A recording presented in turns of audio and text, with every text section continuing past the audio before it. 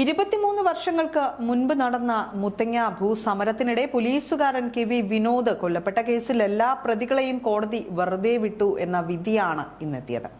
പോലീസുകാരൻ വിനോദിനെ വെട്ടിയ രണ്ടാം പ്രതി അശോകൻ വിചാരണയ്ക്കിടെ മരണപ്പെട്ടിരുന്നു. കൊലപാതകത്തിൽ അശോകന് മാത്രമാണ് പങ്കെന്നും പ്രതി ജീവിച്ചിരിപ്പില്ലാത്തതുകൊണ്ട് തന്നെ ശിക്ഷ വിധിക്കുന്നില്ലെന്നുമാണ് വയനാട് പ്രിൻസിപ്പൽ സെഷൻസ് കോടതി വ്യക്തമാക്കിയത്.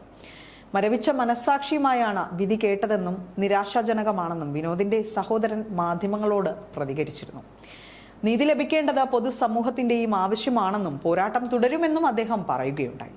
പോലീസുകാരൻ കൊല്ലപ്പെട്ടത് 23 വർഷങ്ങൾക്ക് ശേഷമാണ് ഇപ്പോൾ വിധി വന്നിരിക്കുന്നത്. ആദിവാസികളുടെ കുടിൽ കെട്ടി സമരത്തിനിടെ 2003 ഫെബ്രുവരി 19 നടന്ന സംഘർഷത്തിനിടെയാണ് ആദിവാസി യുവാവും പോലീസുകാരനും കൊല്ലപ്പെട്ടത്.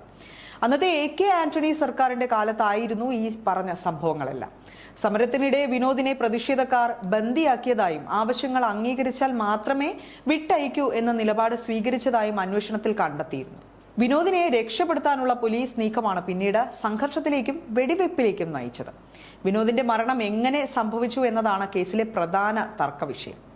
പ്രതിഷേധക്കാർ കൊലപ്പെടുത്തിയതാണെന്നാണ് CBIയുടെ കണ്ടെത്തൽ. പക്ഷേ സംഭവ സമയത്ത് കുടിലുകൾക്കുള്ളിൽ നേരിട്ടുള്ള ദൃക്സാക്ഷികൾ ഇല്ലാത്തതുകൊണ്ട് തന്നെ കൊലപാതകത്തിന് പ്രതികളെ ബന്ധിപ്പിക്കാൻ കഴിയില്ല എന്നാണ് പ്രതിഭാഗത്തിന്റെ വാദം. ആദ്യഘട്ടത്തിൽ ക്രൈംബ്രാഞ്ച് അന്വേഷിച്ച കേസ് പിന്നീട് CBI ഏറ്റെടുത്തു.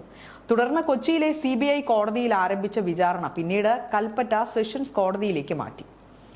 ആദിവാസി ഗോത്ര മഹാസഭാ നേതാവ് M. ഗീതാനന്ദൻ ഉൾപ്പെടെ 57 പേരെ പ്രതി ചേർത്തിരുന്ന കേസിൽ വിചാരണയ്ക്കിടെ 15 പേർ മരണപ്പെട്ടതിനെ തുടർന്ന് നിലവിൽ 53 പ്രതികളാണ് പട്ടികയിലുള്ളത്.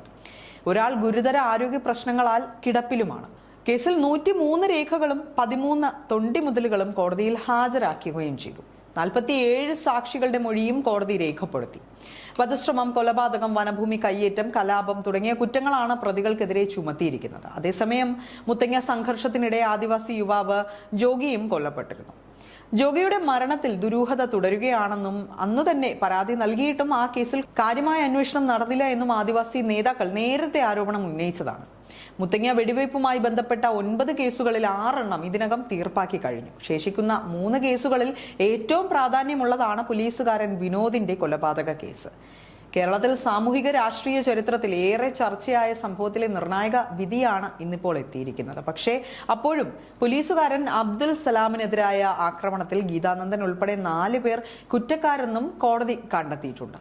എന്നാൽ കേസിലെ 29ാം സാക്ഷി കൂടിയായ കോൺസ്റ്റബിൾ അബ്ദുൽ സലാം, 30ാം സാക്ഷി ഫോറസ്റ്റർ ശശിധരൻ എന്നീ ഉദ്യോഗസ്ഥരെ ആക്രമിച്ച സംഭവത്തിലാണ് 1ാം പ്രതി M. ഗീതാനന്ദൻ, 3ാം പ്രതി ബിനു, 5ാം പ്രതി രമേശൻ കോയാലിപുര, 11ാം പ്രതി അനിൽകുമാർ എന്നീ 4 പേർ കുറ്റക്കാരാണെന്ന് ഇപ്പോൾ കോടതി കണ്ടെത്തിയിരിക്കുന്നത്. വധശ്രമം, ഗൂഢാലോചന തുടങ്ങിയവ ഉൾപ്പെടെ 16 കുറ്റങ്ങളിലായി ഇവർക്ക് 19 വർഷം കഠിന തടവും പിഴയുമാണ് വിധിച്ചത്. പ്രതികളുടെ സാമൂഹിക പശ്ചാത്തലം പരിഗണിച്ച് പിഴ ശിക്ഷ ഒഴിവാക്കിയിട്ടുണ്ട്.